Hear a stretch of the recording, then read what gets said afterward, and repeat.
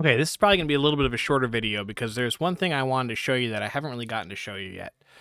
And that's this idea of div tags, which if you've looked at the code on other pages, right? Let's go to Google for a second. And let's go ahead and inspect this page for a second. One of the things you're going to notice in the HTML is 1,000 of these div tags, right? They're all over the place. Why is that? And what is a div tag? Well, a div tag in HTML is a generic tag that is not specific to anything.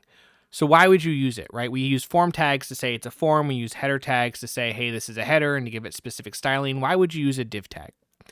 Well, a div tag is used when you want to group two things together in an inspecific way, but you want them to be grouped together because you want to style them together. So I'm going to go ahead and select this label and this input. And I am going to wrap them. So I'm going to bring up my command profile and I'm going to use my wrap. And I'm going to wrap them in a div tag. Right like that.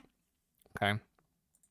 And now I think you can see, I was getting rid of that space there. I'm going to close this so we have a little more space to look at this. I'm going to get rid of this space, and I'm going to put a little space after the div tag. None of this will affect it programmatically. Actually, let's put a space before the div tag so you can see exactly what's in the div tag.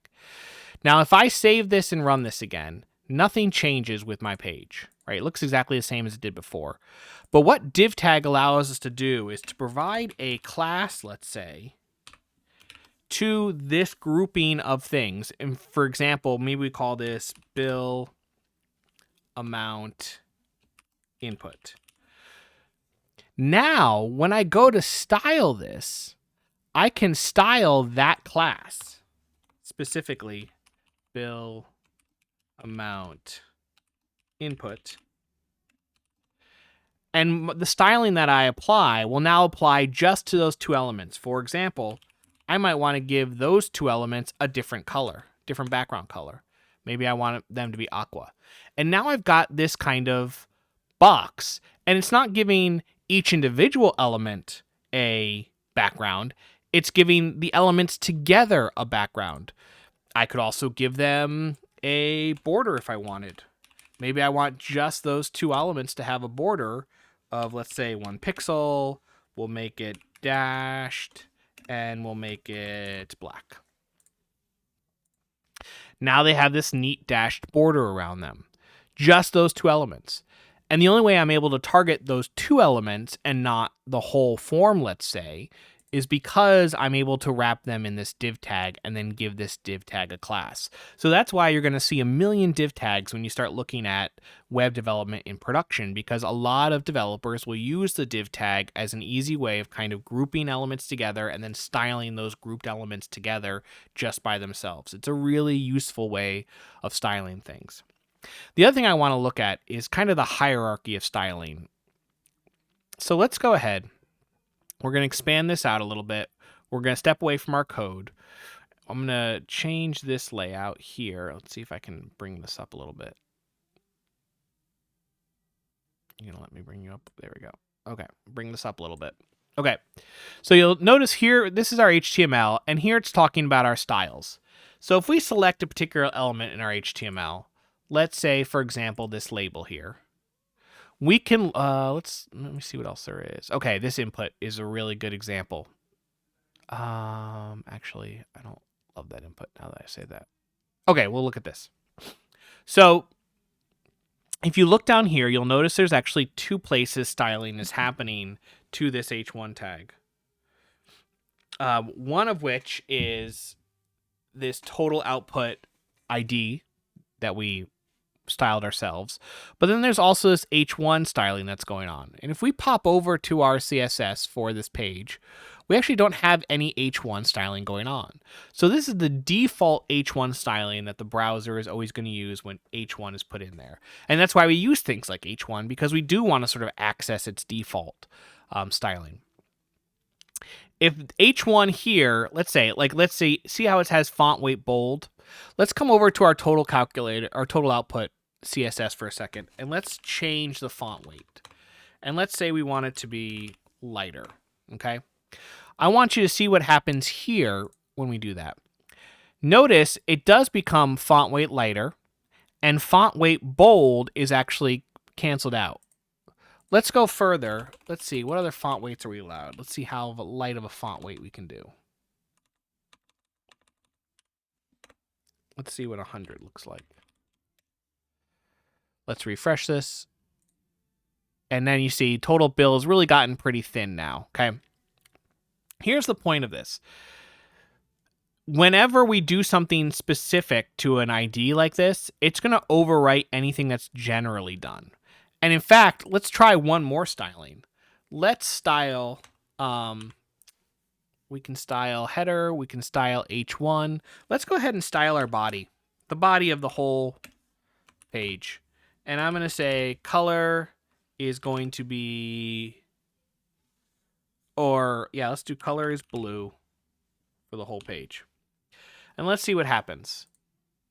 Now, anything that didn't have a color already, bill amount, tip amount, is going to inherit the color that the body is applying. But total output had a color already, it had green. So the green is still overriding what's happening in the body.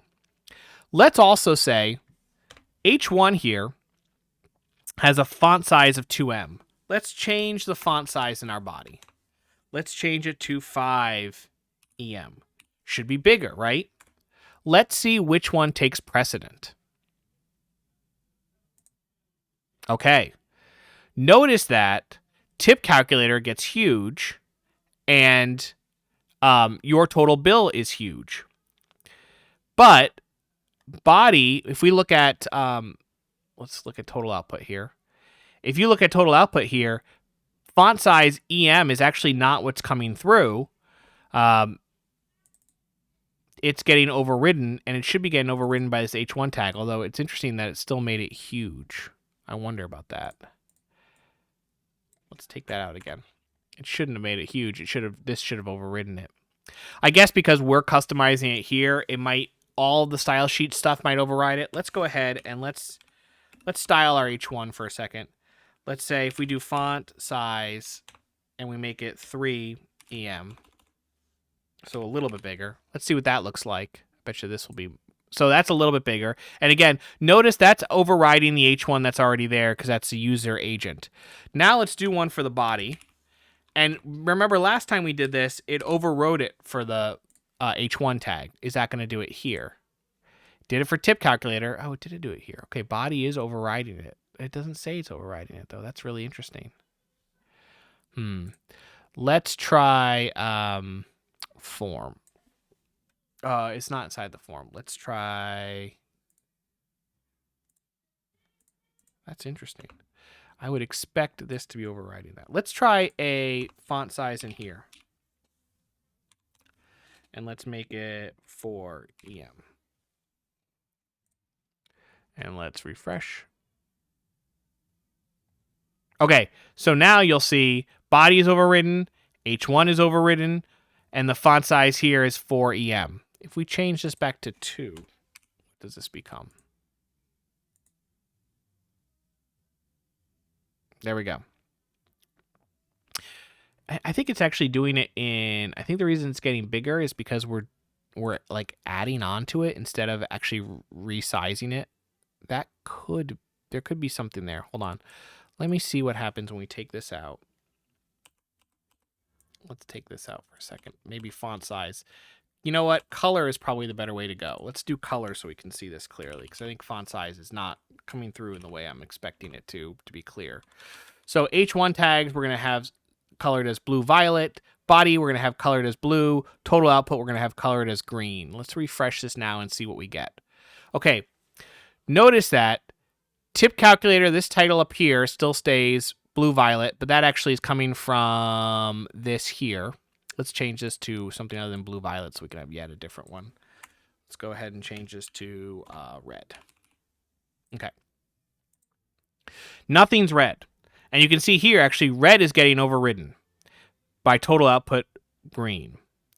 If we didn't have this H1, or let's say, let's take out total output and see what it chooses.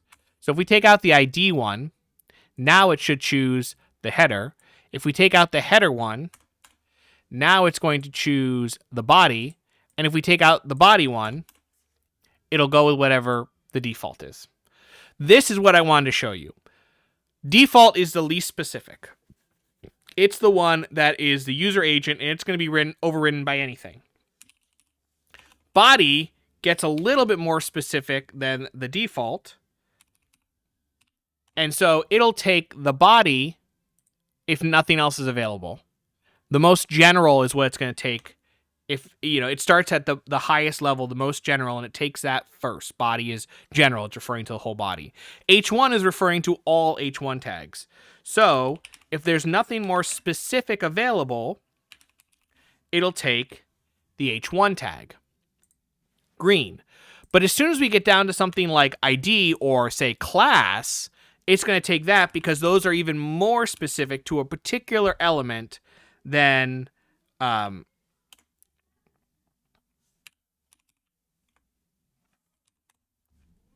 more specific to a particular element than any of these other things. And now we should be seeing green, yellow. Let me see that. Yeah, there's green, yellow. Now, wonder where ID and class rank among each other. Let's go ahead and give this a class as well as an ID. So we're here. Let's go ahead and give this a class, and let's see which one it takes, which styling it takes. The reason I'm showing you this is because this can be a common total output text. This can be a common area for errors. We inherit styling, and we don't know why the styling is happening because we're not overriding the styling. And so styling will get inherited from something like the body, and we'll see it lower down, and we don't understand why. And it's just good to know kind of how the styling hierarchy works. So let's change the color on this class. Let's change it to silver, let's say. Let's refresh, and let's see which one it takes. Notice it's still taking the green because an ID is more specific than a class. And if I comment this out, I don't think I commented it out. Actually, I have to just take it out. And I refresh this. Now you'll see silver is more specific than H1. It's more specific than body, but it's not more specific than ID. So class is very specific. ID is more specific. Okay? So that's the hierarchy you want to be thinking about. Basically, how general to how specific you want to get. It also has to do with what's inside something else. For example, everything inside this div class is going to inherit the styling from the div class if nothing else is available, more specific. So for example, in that div class, right now we're only applying things to the class, which is this border. But if we wanted to change the color, this is going to be adapted by everything inside the class. So right now you'll notice all the text is red, but if I change the color to green, then everything inside of this div, everything inside this dashed border is going to inherit that. Okay. The other thing I wanted to show you is it's called this box diagram here. And this is really good for understanding padding versus margin and how everything's related. Because if you remember last time, we were working with like spacing here and spacing between these things, and we were playing with margin and we were playing with padding. If we use this little button here, we can click on an element. Let's click on our whole form element. So this is referencing our form element. And this will tell us what kind of styling is being applied in terms of margin, border, and padding. So right now we have a margin of 5 pixels, and you can see it highlighted there. That's the margin that's being added here. We have a border of 1 pixel, and you can see it kind of highlighted there. It's so small it doesn't come across very bright, but you can see it. We have a padding of 17, 10, 10. So we did add an additional padding to the left, and you'll see that there represented by the 17 and then the 10, 10. And then you can actually see the size of the element itself, which is 441 by 108 right now. And if I change it, you'll see that this will change too. Margin, padding, border don't change, but the size of the element changes. It adjusts with everything else. So I wanted you to see kind of how, one, hierarchy of styling and how styling can be inherited from other things, right? We don't have to style the page directly. If we want everything on the body of the page to have a certain font family, we can do that, right? We can say, okay, everything is going to have this sans serif font family, refresh, and everything on the page has it. All of these elements are inheriting because nothing more specific has been defined, and they will always overwrite whatever the default user agent in this case being your browser styling is. Okay, it'll always override that. So be aware of that. And if you're ever wondering like, oh, why is this have this font? I'm looking at its class or its label right here and the font's not listed. Sometimes you have to go outside of the element itself and see where it might be inheriting from. And if you're not sure, you can click on the element, go to its styling and say, okay, I see it's got a font weight of 100. Yep, I defined that. It's got a color of green because all H1s are having green. Hold on a second. If I look down here, inherited from body, I see its font family, right? And then I can address any issues I'm having there. Okay. One other thing I want to talk about before I let you go on is this idea of kind of how we lay things out on our screen. So I want to talk about sort of layout. And let's look it up, layout CSS. And I want you to see here, let's look at Web3 Schools is always a good one. So this is the general page layout. That's not what I was talking about. Let me see if they talk about, okay. So here is kind of talking about how content can be laid out. And here they're doing this content layout by using classes, right? That's a class column, class row after, and that's a media selection. We're not going to talk about that right now. You can kind of see how that lays out. You can do unequal columns. We can look at that too. And that's kind of a column row approach. I want to see, let's see what MDM, yeah. So MDM is talking about something called a grid. And a grid is a way of laying things out on your page in kind of row and columns, but a grid is kind of how we talk about it. But here are the different guidelines you can use: normal flow, flexbox, grids. And let's go ahead and look at grids for a second. So grid is a two-dimensional layout system for web pages where you're talking about rows and columns. And that's kind of what this was talking about before, right? Here they are all laid out. To create it in your CSS, you put your container and you can use display grid to do that. And then you can give it a template, a really quickly template. And that's a quick way of getting kind of this layout where you have a bunch of things laid out in columns and in rows. So a grid is a way of doing that. Let's look at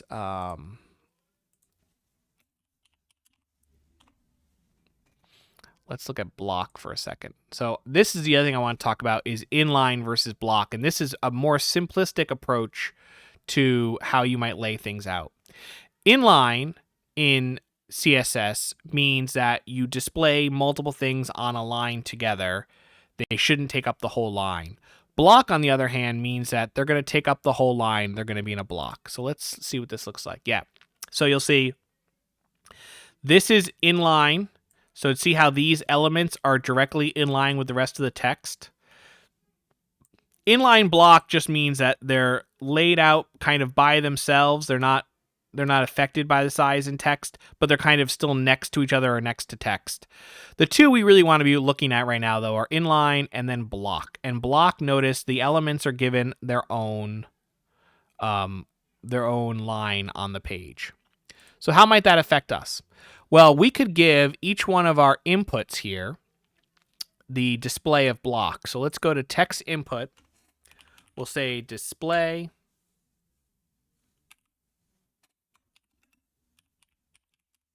block, and let's see what happens. Notice now, we used a break before to give this its own line, but because we're displaying in block now, it's given its own line. And then because it's given its own line, and actually we can see this if we inspect this page, we can see how much space this element is taking up. Let me go back. There we go. Yeah, input. You can see it's only taking up that portion, but it's not allowing anything else to go on this line with it, and that's because of block. So when we have block, let's go back. We're going to remove our break here. We don't need that anymore. Let's refresh our page. We're not going to see much of a difference, right? It's still going to be in this block format. But this also lets us start deciding kind of how in that block this is laid out. For example, maybe we want this submit button to kind of be in the middle. So if we want that submit button to be in the middle, let me close this out. Let me shrink this down for a second. Our submit button is this input right here of type submit. We could actually give this a class and call it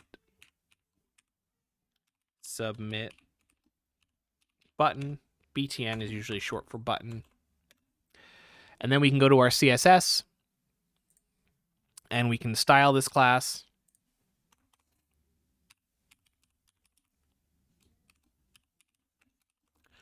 So we want to display this in a block, and let's see what that does first. If we display block, nothing happens. Okay.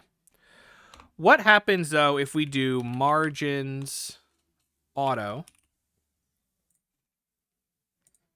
Notice that it moves to the center now, because margin, before it was inheriting a margin that was keeping it locked kind of to this side because it was inheriting a specific margin. But if we put in margin auto, it's going to take up basically all the room equally that's available. And that will kind of center things for you. You can also do align items. And let's see, let's align them end. Let's see what happens. Oh, nothing with align items there. Let's try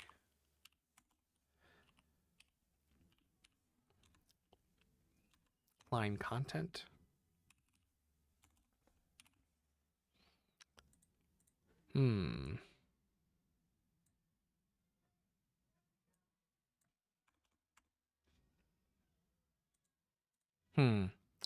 I have to play with the alignment, but the easiest way to center is just to do margin equals auto. And you can actually then add on to that. So let's say we did want it to move a little bit one way or the other. We could say margin top and add another 10 pixels there. Or let's make it more extreme. See, you can add pixels. You can keep messing with the margin after you've autoed it, but auto it will give it, once it's block and auto. Now, if it's not block, if it's inline and margins are autoed, then it's going to stay over on the left side there because it's not taking up the whole space. I wonder if this then would allow, let's see.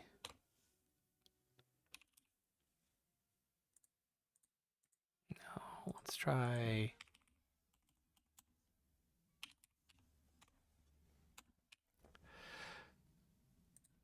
No, okay.